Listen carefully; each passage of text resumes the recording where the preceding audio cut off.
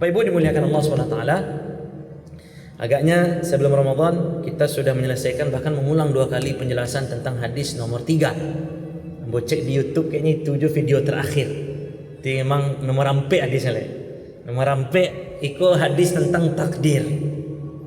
Kita bacakan hadisnya seperti biasa. An Abi Abdurrahman Abdullah bin Mas'ud radhiyallahu anhu qala haddatsana Rasulullah sallallahu alaihi wasallam wa huwa as-sadiqul masduq.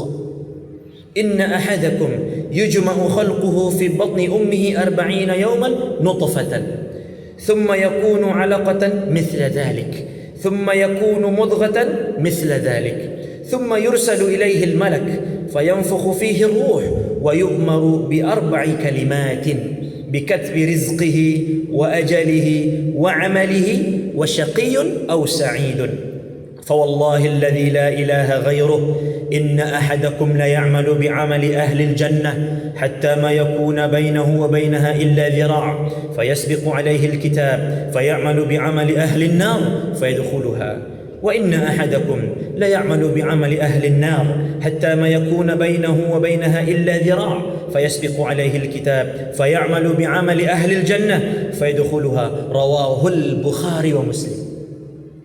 Bapak Ibu dimuliakan Allah, hadis ini dahsyat. Kalau dipahami setengah-setengah, kita akan meyakini Allah zalim. Kalau dipahami setengah-setengah, akan dapat kesimpulan Allah jahat. Kalau dipahami separuh-separuh, akan dapat kesimpulan apa gunanya kita beramal. Hadis ini diriwayatkan oleh Abu Abdurrahman. Kalau Bapak Ibu masih ingat, hadis nomor 3 pun diriwayatkan oleh Abu Abdurrahman. Cuma beda orang. Hadis nomor 3 Abu Abdurrahman Abdullah bin Umar. Hadis nomor 4 ini Abu Abdurrahman Abdullah juga, tapi ayahnya beda. Yang itu bin Umar, yang ini bin Mas'ud. Abdullah bin Mas'ud. Orang yang bergelut dengan Al-Quran, orang yang sehari-hari dengan Al-Quran, harus kenal dengan Abdullah bin Mas'ud. Pasti kenal dengan Abdullah bin Mas'ud. Karena kata para ulama, ismuhu murtabitun bil Quran. Nama Abdullah bin Mas'ud ini sangat terikat dengan Al-Quran. Diriwayatkan bahwa Abdullah bin Mas'ud ini suka kalau beliau dipanggil sebagai Sadisus Sittah. Siapa itu Sadisus Sittah? Orang ke-6 dari yang 6. Maksudnya apa? Beliau orang ke-6 masuk Islam. Beliau orang yang ke-6 bersyahadat. Bagaimana kisah Islamnya Abdullah bin Mas'ud? Abu Abdurrahman Abdullah bin Mas'ud sendiri yang bercerita. Ana ra'il ghanam. Kata beliau, aku ini pengembala kambing. Beliau budak. Ya, beliau budak. Kemudian suatu hari datang 2 orang menemuiku. Lalu 2 orang ini berkata kepadaku, berikanlah kami susu kambing itu. Apa kata Abdullah bin Mas'ud? Beliau ini walaupun di masa jahiliyah tapi amanah. Dan kalau Bapak Ibu baca sejarah orang Quraisy, sesyirik-syiriknya mereka amanah. Orang Quraisy itu memang syirik, itu dosa paling besar sudah.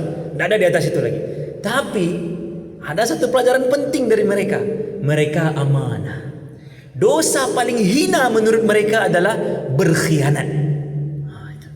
Mungkin Bapak Ibu masih ingat ketika ada utusan Quraisy yang mencari Rasulullah saat hijrah.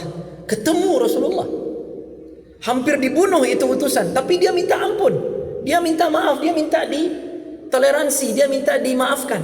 Rasulullah maafkan. Lalu kata Rasulullah, jangan engkau kabari kaummu. Jangan engkau kabari Abu Jahal, Abu Lahab bahwa saya di sini. Betul, dia musuh Nabi. Tapi ketika pulang ke kampungnya, dia tidak kabari siapa-siapa, memegang amanah. Ini Abdullah bin Mas'ud juga begitu. Beliau memegang amanah. Apa kata Abdullah bin Mas'ud kepada 2 orang laki-laki ini? Ana mu'taman. Saya ini diamanahi kambing, jadi kambing ini bukan punya saya. Baiklah, kata salah seorang laki-laki, coba bawakan kambing yang belum punya air susu, kambing yang masih bujang, masih gadis. Kalau kambing yang masih gadis, yang belum pernah melahirkan, yang belum punya air susu, dibawakanlah kambing tersebut. Lalu laki-laki lain dari salah satu 2 laki-laki ini mengusap kambing tersebut, kemudian penuh susunya, kemudian air susu diperas, minumlah laki-laki pertama, minum laki-laki kedua, dan kata Abdullah bin Mas'ud, saya pun minum. Setelah kami kenyang, kembali kambing itu seperti semula. Fa'ajibtu, apa yang terjadi kok? Kata Abdullah bin Mas'ud, ini sihir kan? Akhirnya Abdullah bin Mas'ud bertanya-tanya, siapa dua laki-laki itu? Setelah dicari tahu, ternyata mereka Abu Bakar dan Rasulullah sallallahu alaihi wasallam. Ini salah satu mukjizat Rasulullah sallallahu alaihi wasallam. Dan akhirnya Abdullah bin Mas'ud menjumpai Rasulullah, dengan mudah masuk hidayah Allah ke hati Abdullah bin Mas'ud. Kemudian dia bersyahadat, asyhadu an la ilaha illallah wa annaka Rasulullah. Orang keenam yang masuk Islam. Diriwayatkan bahawa Rasulullah sallallahu alaihi wasallam itu mengatakan, kalau kalian ingin mendengar bagaimana Al-Quran diturunkan kepadaku, ingin mendengar bagaimana bacaan Jibril, dengarkanlah bacaan Abdullah bin Mas'ud. Bahkan Rasulullah mengatakan, istaqri'u Abdullah bin Mas'ud. Kalau kalian ingin membenarkan bacaan kalian, simakkan ke Abdullah bin Mas'ud. Abdullah bin Mas'ud adalah orang pertama yang membaca Al-Quran dengan keras. Ketika dia baru masuk Islam, kemudian dia mendapatkan beberapa surat, kemudian dia pergi ke pasar.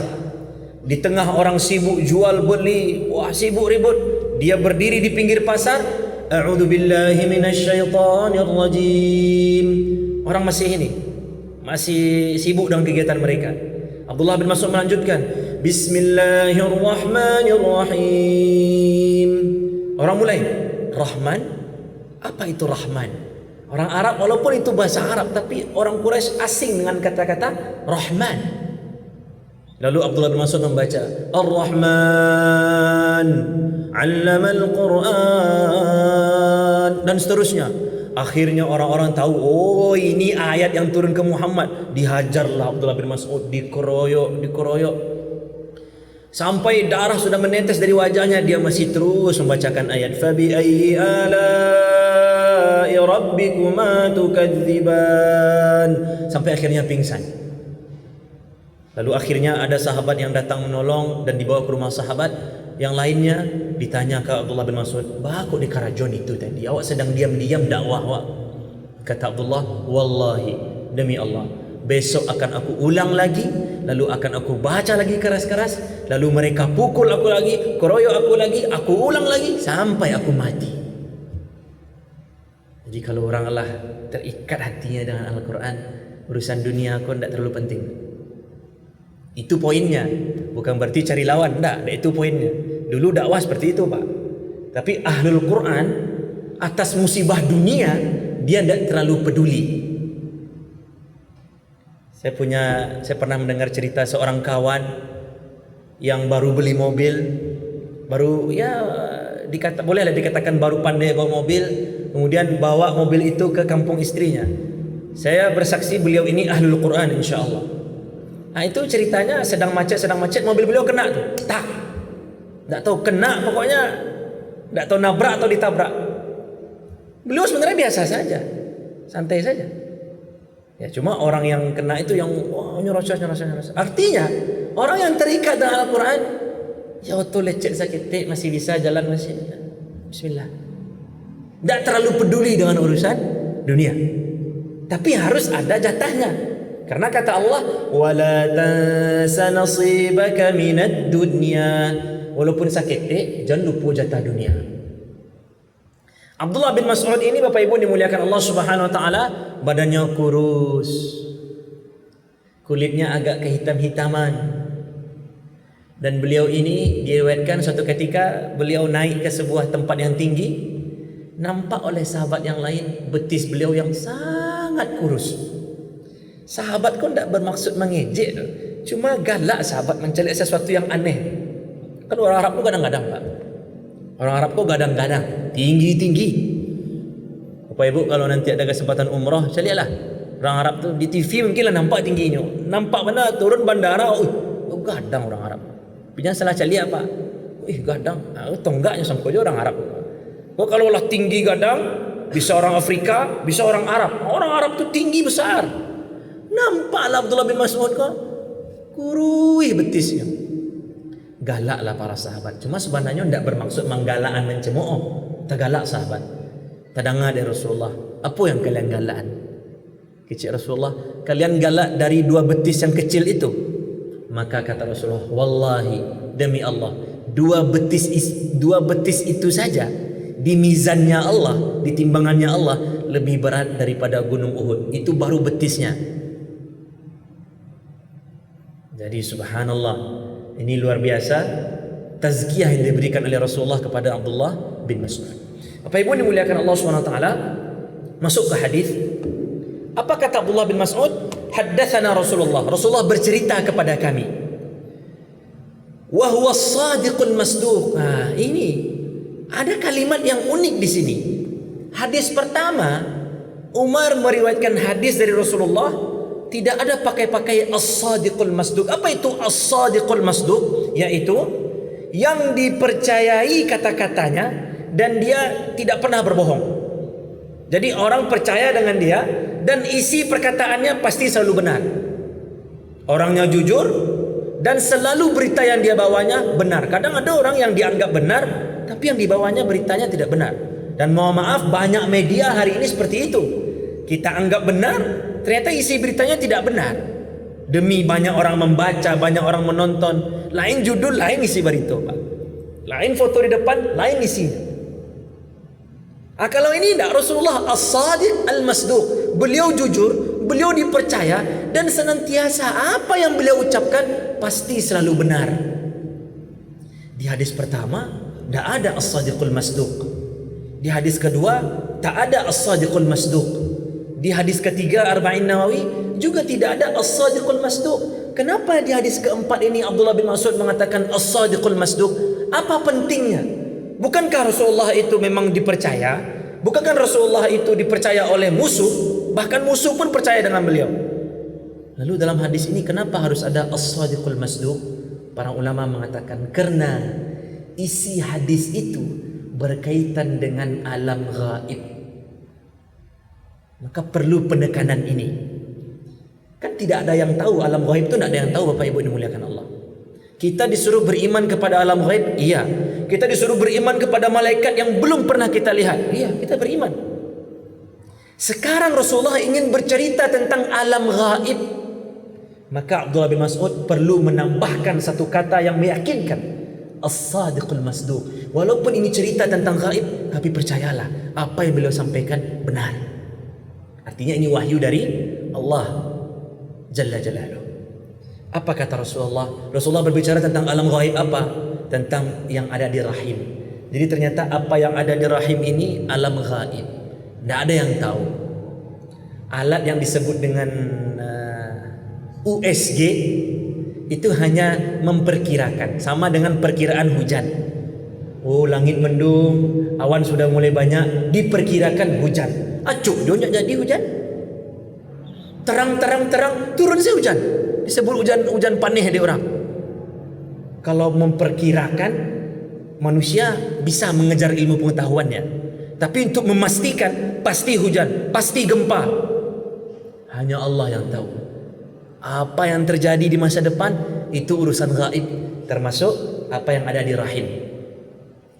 Kata Rasulullah SAW, sesungguhnya setiap kalian yujma'u khalquhu fi batni ummihi 40 yawman. Ada 3 fase. Satu fase 40 hari. Fase pertama nutfah, setetes mani. Ya, itu ada bahasa biologinya itu, Pak. Ada bahasa biologinya. Ambo tidak orang biologi, takut ambo mau mengistilahkan itu.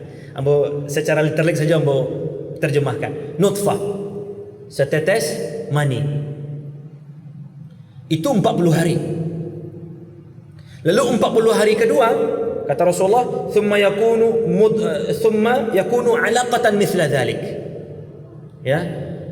Setelah 40 hari sebagai setetes mani di dalam rahim setiap perempuan, setiap ibu, 40 hari berikutnya itu sudah bergabung antara mani dan sel telur. Apalah istilahnya, zigot Pak namanya. Ambo tak tahu benar Pak. Sudah bergabung itu mani dengan sel telur. Ini sudah masuk fase kedua. 40 hari lamanya proses itu. 40 hari ketiga thumma yakunu mudghatan mithla dhalik, sudah menjadi daging, segumpal daging, mungkin embrio namanya, tak tahu mana berapa. Jadi nutfah, setetes mani 40 hari dalam rahim. Lalu setelah habis 40 hari sebagai setetes mani, 40 hari berikutnya alaqah, yaitu sudah bergabung antara mani dan sel telur yang ada dalam perempuan, buwayyidah namanya dalam bahasa Arab. Lalu 40 hari ketiga mudghah, segumpal daging. Labara umur dalam kandungan tu Pak Ibu 120 hari. Nah, di usia 120 hari inilah thumma yursalu ilaihil malak, Allah kirimkan malaikat kepada setiap janin. Itulah jadi janin tu. Ya, sudah jadi janin di dalam rahim ibu, sudah menjadi segumpal daging. Allah kirimkan malaikat. Kemudian fayu'maru bi arba'i kalimat. Lalu malaikat ini disuruh untuk mencatat 4 hal. Ada 4 hal yang sudah dicatat sebelum kita lahir. Ini yang disebut dengan takdir mubram, yang tidak bisa dirubah. Yang pertama adalah bikatbi rizqihi, mencatat rezekinya. Azka ummah. Nyalah tahu tu. Nama awak bukanlah hados. Semua yang terjadi di dunia ini kan sudah diatur oleh Allah SWT. Nama awak nak ada lagi, nama ruh, nama akhirat nak ada lagi. Azka ummah, rezekinya sekian. Yang pertama tu rezeki. Kemudian ajal, alun awak lahir ditulis bila awak mati. Maka ada yang ajalnya hanya 4 bulan, hanya 5 bulan di kandungan. Ada yang ajalnya 30 tahun, ada yang ajalnya 50 tahun, ada yang 100 tahun. Sudah dicatat oleh Allah. Jangan lagi kita khawatir. Kemudian wa amalihi, dicatat pula amalnya. Oh, dia ini akan beramal seperti orang saleh, dia akan beramal seperti ini, dia akan beramal seperti ini. Dicatat semuanya. Bahkan syaqiyun aw sa'idun, sederhananya kita ini di syurga atau di neraka itu sudah dicatat sebelum kita lahir. Kalau berhenti di psikopat ibu ndak awak jelaskan lah. Bingung tu guna beramal. Mungkin dalam kepala kita muncul pertanyaan itu, Ustaz, udah dicatat nih rezeki saya, udah. Kita hanya tugasnya berusaha menjemput rezeki itu. Rezeki sudah dicatat. Bahkan kata Rasulullah SAW, kalaulah kita lari dari rezeki kita, maka rezeki itu akan mengejar kita sebagaimana maut mengejar kita. Kalau awak yakin maut pasti datang, rezeki pun pasti datang. Dengan syarat kita usaha. Syaratnya hanya usaha saja. Selalu ada sebab untuk banyak hal. Maka Bapak Ibu dimuliakan Allah SWT, rezeki Allah, ajal Allah, Ustaz, ajal. Walikulli ummatin ajal. Setiap umat ini ada ajalnya. Fa idza jaa ajaluhum, kalau sudah datang ajal itu, la yastakhiruna sa'ah, tidak bisa ditunda. Ya Allah, saya sedang judi ni, ya Allah, jangan sekarang ya Allah. Kalau sudah datang, datang. Dimanapun kita, sedang apapun kita, kalau sudah datang, datang. Atau kalau belum datang, wala yastaqdimun, tidak bisa pula dimajukan. Ya Allah, bos sedang iktikaf gini, ya Allah, cabiklah nyawamu. Kalau belum. Para banyak orang gagal bunuh diri, Pak, gara-gara ajalnya belum datang. Oke, ajal. Amalnya juga, syurga nerakanya juga. Maka ketika mendengar hadis ini, para sahabat pun bertanya sesuai dengan pertanyaan yang mungkin ada di kepala kita. Jadi untuk ikut lah salafil ya sahabat, Pak. Untuk pertanyaan ini ya, untuk pertanyaan ini saja. Apa itu? Ya Rasulullah, kalau lah jaleh awak ditulis neraka atau syurga, guna awak beramal. Itu Pak, apa guna beramal? Maka Bapak Ibu dimuliakan Allah SWT, pertanyaan ini pun dulu terngiang-ngiang di kepala hamba waktu pertama kali mendengar hadis ini, tapi tidak mendengarkan syarahnya. Guna awak beramal. Maka para ulama menjawab, Bapak Ibu dimuliakan Allah SWT, tentu terilhami, terinspirasi dari jawaban-jawaban Rasulullah SAW. Adapun kata Rasulullah, beramallah kalian. Fakullun muyassarun lima khuliqalah. Semua kalian akan dimudahkan untuk takdirnya masing-masing. Itu jawaban Rasulullah SAW. Nah, tapi dari jawaban itu para ulama mencoba untuk membuat jawaban lain agar orang-orang setelah ini paham, agar umat-umat yang tidak paham dengan jawaban Nabi tadi ya disyarahkan oleh para ulama. Maka Bapak Ibu dimuliakan Allah SWT, pertama, sudahkah kita tahu kita masuk surga atau neraka? Itu jawaban pertama. Kenalah dicatat azka ummah, ya. Ambo dosa beramal Ustaz. Batu kenalah ditentukan. Pertanyaannya adalah tahu surga atau neraka? Tak tahu. Nio masuk surga, nio beramallah. Takui masuk neraka, takui jauhi neraka, hindari amal-amal neraka. Sebab kita tidak tahu apa yang Allah catat untuk kita. Apakah ada di antara Bapak Ibu yang malam-malam didatangi mimpinya, kamu dicatat masuk surga, tidak usah salat subuh lah.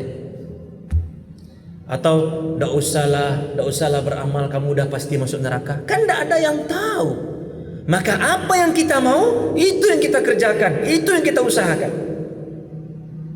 Sama Bapak Ibu dimuliakan Allah, ada orang nyo ka Solok, ke Danau Singkarak, melihat pemandangan. Kalau lewat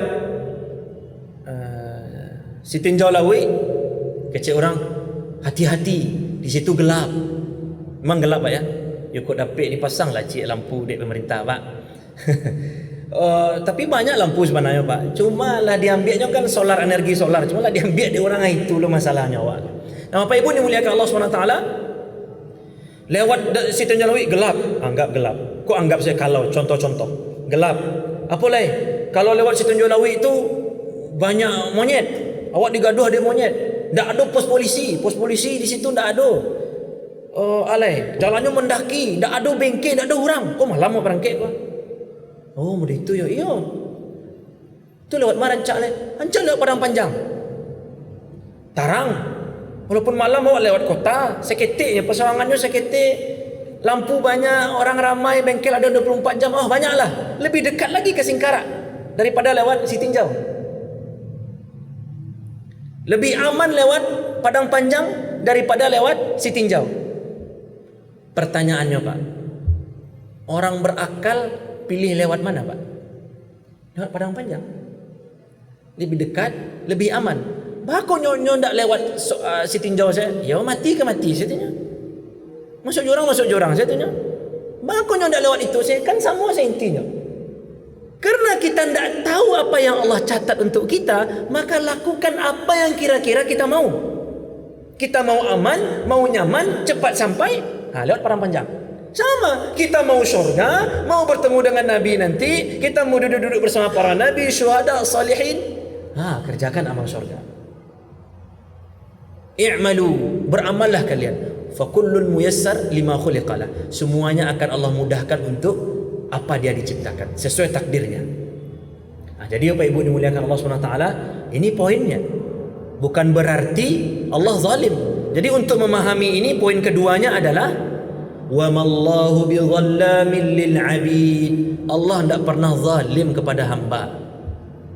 Mustahil, hasya lillah. Allah mustahil menzalimi hambanya. Ini jadi beramal saja. Apa yang kita mau sudah. Bismillah.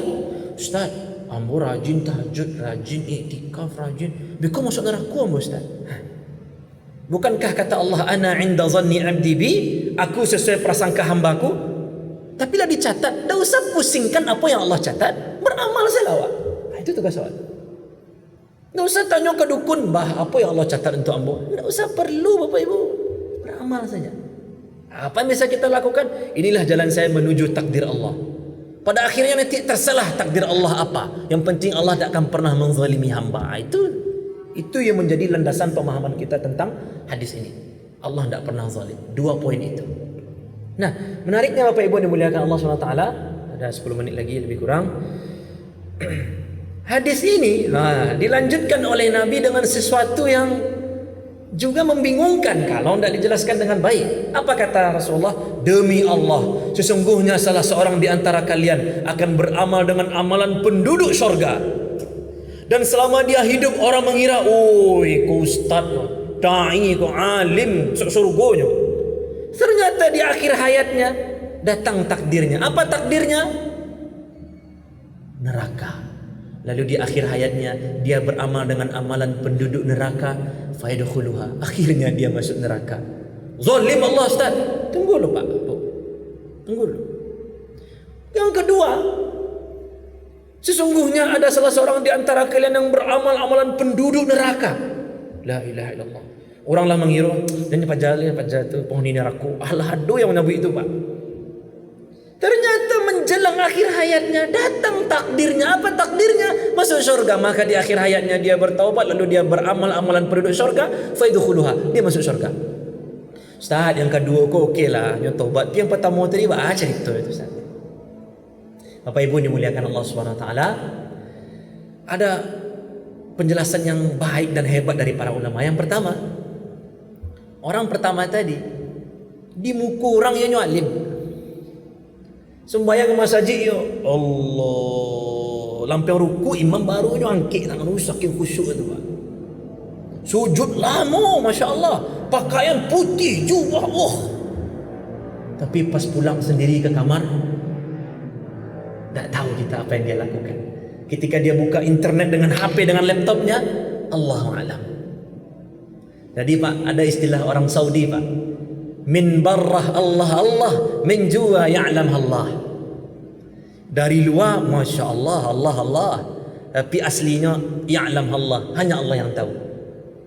Makanya istilah fikihnya nahkumu bidzawahir wallahu yatawallas sarair. Kita hanya boleh menghukumi orang dari yang tampak. Memang yang tampak saja, kita tak boleh tajassus. Ya bana Ustaz tu Ustaz tu yang nyukuti sampai ke rumah ambul bumi turun calik bana nyorekam mengau Ustaz. Tak juga boleh. Nah, cuma ini gambarannya, para ulama mencontohkan. Jadi ketika di hadapan orang, dia betul-betul alim, betul-betul sebagai seorang yang abid. Tapi ketika sendiri, maka di akhir hayatnya Allah perlihatkan kepada orang siapa dia sebenarnya. Maka dia beramal amalan penduduk neraka. Itulah amal dia sebenarnya. Makanya betullah sebuah athar yang mengatakan, man 'asha 'ala syai'in mata 'ala dzalik. Barang siapa yang terbiasa hidup atas sesuatu, maka dia akan mati dalam kebiasaannya. Nah itu Pak, bukan berarti Allah zalim. Atau yang kedua, maksud dari hadis ini adalah innamal a'malu bil khawatim. Amal itu dilihat dari endingnya, dilihat dari ujungnya. Jangan merasa bangga dulu, saya ini rajin ke masjid, saya bolak-balik haji. Itu siapa Masjidil Haram tu lah kena dakik lah kunco jambu saking kacuknya Masjidil Haram. Jangan bangga dulu, kita tidak tahu apa ending kita. Makanya para ulama memakruhkan untuk apa istilahnya Pak, menyandarkan kebenaran kepada orang yang masih hidup. Bako sembahyang, ambo sembahyang dek ustaz tu, mohon maaf contoh, dek ustaz Riko yang imam bo rajin sembahyang, dek ustaz Hasan yang imam bo rajin sembahyang. Mohon maaf Pak Bu, ini muliakan Allah, kalau meninggal ustaz ini selesai. Contoh Ustaz, tak mendoakan saya, contoh. Berarti tak solat lagi. Atau kenapa kamu bersedekah? Ya saya ikut bapak itu. Ternyata bapak itu akhir hidupnya judi, mau judi juga. Maka jangan pernah sandarkan kebenaran kepada sesuatu yang perubahannya itu pasti ada. Dinamis kan, kita ni dinamis. Ketika kita kuat, sehat, kita taat, berkata-kata baik. Tapi ketika kita sakit, kita tidak tahu. Maka Bapak Ibu dimuliakan Allah, innamal a'malu bil khawatim. Amal itu sesuai dengan endingnya. Jadi tugas kita sebenarnya beramal dan istiqamah. Makanya ketika seorang sahabat bertanya, ya Rasulullah, qul li fil Islam qawlan la as'alu anhu ahadan ghairaka. Ya Rasulullah, coba ajarkan aku satu kalimat yang aku tidak akan tanyakan kepada orang selain engkau. Artinya nih, saya minta kalimat yang khusus dari engkau ya Rasulullah. Apa kata Rasulullah? Qul amantu billah. Katakan, aku beriman kepada Allah. Iman itu terkait amal juga. Karena tidak mungkin iman itu saya beriman lalu masjid saja dia tidak berhablum minan nas, salah. Duribat alaihim dhillatu aina ma thuqifu illa bihablin min Allah wa hablin minan nas. Jadi kata Rasulullah, qul amantu billah, katakan aku beriman kepada Allah dengan konsekuensi keimanan. Beramal soleh, peduli dengan tetangga, peduli dengan orang, mendahulukan akhirat baru dunia, tetap ada jatah dunia tapi proporsional. Lalu tidak cukup itu saja, kata Rasulullah, thumma istaqim, lalu istiqomahlah. Istiqomah inilah yang akan menjadi kebiasaan kita nanti, Bapak Ibu dimuliakan Allah. Istiqomah inilah yang akan membentuk karakter kita. Aduh, bapak itu sudah umur 60 masih rajin ke masjid. Itu kita yakin bapak itu berusaha untuk ke masjid sebelum usia 40 tahun. Kenapa? Karena para ulama mencoba untuk membuka apa maksud, apa hikmah, kenapa para nabi dan rasul diangkat di usia 40-an tahun. Ternyata 40 tahun itu usia matang. Nah, biasanya kalau mau istiqamah sebelum 40 lah. Jadi paksakan diri sebelum 40, rajin ke masjid, rajin berinfak, rajin tilawah sebelum 40. Kalau sampai 40 kita masih dalam rajin, itu insyaAllah 45, 47, 50, itulah otomatis ya kan. Tadang azan awak berhentikan semuanya. Kalau sebelum usia 40 tadang azan, Allah mengimbau awak masih rapi. Allah salah dulu. Itu masih terpasuk Pak. Allahu Akbar, tibu awak menggalih, tibu 3 orang pembalik ni. Ya Allah, sayang dulu ya. Ini sebelum 40 ni. Biarlah Allah salah dulu. Pasuh diri awak. Kita biasakan untuk istiqamah sebelum usia 40. Ini kata para ulama. Walaupun yang sudah usia 40 jangan pesimis Pak. Alah tombo. Siap-siap jalan. Endaklah Pak, Bu. Tentu lebih besar lagi perjuangannya, tetap berjuang. Hidayah Allah tidak mengenal tua muda, tidak ada batas usia. Cuma para ulama hanya mencoba mengungkap kenapa para nabi dan rasul banyak diangkat di usia 40-an tahun. Itu maksudnya. Karena usia 40-an tahun itu usia matang. Lah jadi ikolah karakternya. Jadi kalau mau istiqomah, ini kita yang masih muda nih, ya, bukan berarti bapak-bapak yang sudah lewat 40 bukan berarti tidak semangat. Lebih digenjot. Para ulama pun menasihati, ya, kalau sudah usia 40-an tahun itu sudahlah. Jangan terlalu banyak, porsinya 70-30. 70 akhirat, 30 dunia. Tetap ada porsi dunia, jangan tinggalkan dunia. Yang belum 40 nih, jangan mentang-mentang alun lah silamu. Dari sekarang. Semoga Allah bantu kita, karena Rasulullah kunci dengan kata-kata tsummas taqim. Lalu istiqomahlah. Keadaan istiqomah itulah nanti yang akan membuat kita mati dalam keadaan apa. Makanya orang yang istiqomah itu, kita tutup dengan ayat ini. A'udzu billahi minasyaitonir rajim. Innal ladzina qalu rabbuna Allah thumma istaqamu. Orang yang mengatakan Tuhan kami Allah, maksudnya dia beriman, dia beramal saleh, dia peduli dengan pasangannya, peduli dengan anaknya, peduli dengan dirinya, peduli dengan tetangganya, kerabatnya. Dia bangun hubungan baik hablum minallah dan hubungan baik hablum minan nas. Thumma istaqamu. Kemudian dia istiqamah. Sampai akhir hayatnya dia meninggal dalam keadaan istiqamah. Itulah husnul khatimah. Husnul khatimah itu meninggal dalam keadaan istiqamah. Apa yang terjadi? Tatanazzalu alaihimul malaikatu alla takhafu wa la tahzanu. Malaikat turun berebut magiah kabar. Semua jawab mungkin punya kawan akrab lulusnya PNS, awak ingin merasa orang pertama yang magiahnya kabar. Iku malaikat berebut apa? La takhafu wa la tahzanu. Jangan takut dengan apa yang akan engkau hadapi, dan jangan sedih atas keluarga yang engkau tinggalkan. Kami akan menjamin. Jadi kalau kepala keluarga istiqomah, tidak usah takut Pak. Siapa akan bagi makan anak ambo, siapa akan bagi makan anak bini ambo, siapa akan, Allah langsung yang akan mengambil alih itu semua. Dan terakhir, wa abshiru bil jannah, dan kamu akan masuk syurga. Jadi memang kematian yang husnul khatimah itu adalah mati dalam keadaan istiqamah. Maka senantiasa kita baca doa, Allahumma ya muqallibal qulub tsabbit qalbi ala dinik. Ya Allah, tetapkanlah hatiku pada agamamu. Jangan sampai berbolak-balik. Awak khawatir pas berbalik di situ Allah cabut nyawa awak. Na'udzubillah tsumma na'udzubillah. Demikian Bapak Ibu dimuliakan Allah. Inilah hadis. Surga atau neraka Pak? Iya, jadi yang ketiga amal. Ya, surga atau neraka. Itu dia. Jadi yang 4 dicatat itu rezeki, ajal, amal, syaqiyun aw sa'id, syurga atau neraka. Allah a'lam bishawab. Astaghfirullah, astaghfirullah, astaghfirullah. Assalamualaikum warahmatullahi wabarakatuh.